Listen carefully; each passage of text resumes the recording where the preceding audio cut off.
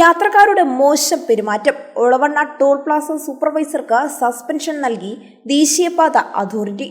Kozhikode Olavanna toll പ്ലാസയിൽ യാത്രക്കാരുടെ മോശമായി പെരുമാറിയെന്ന പരാതിയെ തുടർന്ന് സൂപ്പർവൈസറെ ദേശീയപാത അതോറിറ്റി സസ്പെൻഡ് ചെയ്തു.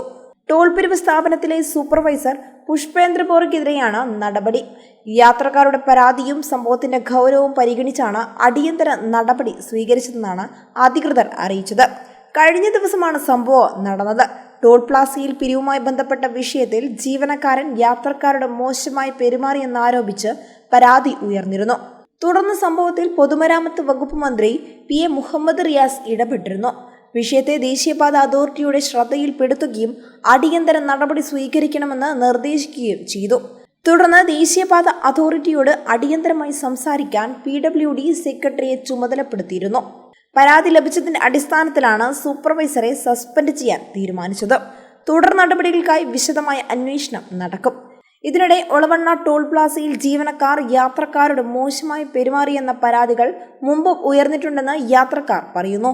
ടോൾ പിരിവ് കേന്ദ്രങ്ങളിൽ വിനയത്തോടും മാന്യതയോടും കൂടി സേവനം ഉറപ്പാക്കേണ്ടതുണ്ടെന്നും ഇത്തരം സംഭവങ്ങൾ ആവർത്തിക്കാതിരിക്കാൻ കർശന നടപടികൾ വേണമെന്നും പൊതുജനങ്ങൾ ആവശ്യപ്പെടുന്നു. സംഭവം ടോൾ പ്ലാസയിലെ സേവന നിലവാരവും മേൽനോട്ട സംവിധാനവും സംബന്ധിച്ച ചർച്ചകൾക്ക് വഴിവെച്ചിരിക്കുകയാണ്.